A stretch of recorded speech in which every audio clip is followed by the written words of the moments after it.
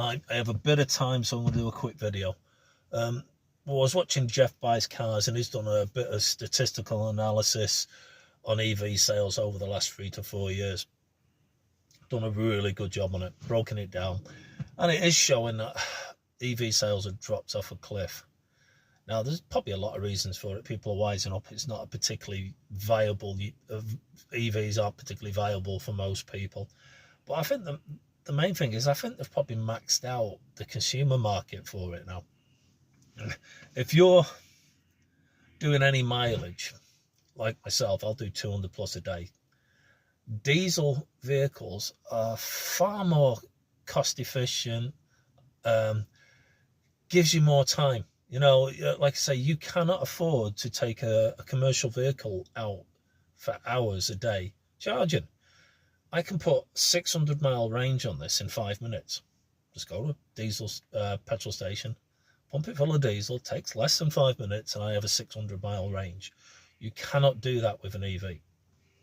Even with a fast charge, you're not going to reach that sort of capacity. And there's also the things like charging at home. As like I say, most people, if you're in an apartment block, you're not going to be able to charge. If you live on terraced housing, you never get to park near your own house in the first place. And what you're meant to do, run a lead across an open footpath? You can't do that.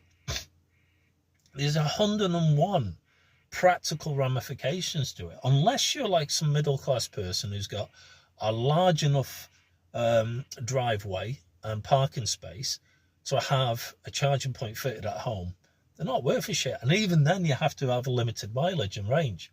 So for somebody like me or any commercial vehicles, it's just not practical. Yes, parcel delivery services are using them. But again, it's city related. So they're using them in towns. And I have heard that sometimes they're having to rotate 2 vans round to get the working productivity for one driver. And there's also loading issues on vehicles. The more weight you put in an EV, the more battery life you're using on it. These are simple practical applications. The other YouTuber, my guy in Australia, he's very good on this.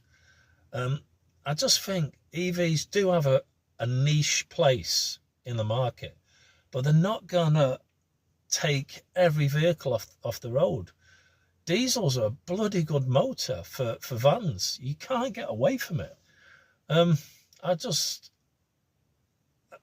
shortfall now Rachel Reeves is talking about, it doesn't exist because nobody's transferred over in the numbers. And again, that's my take on it.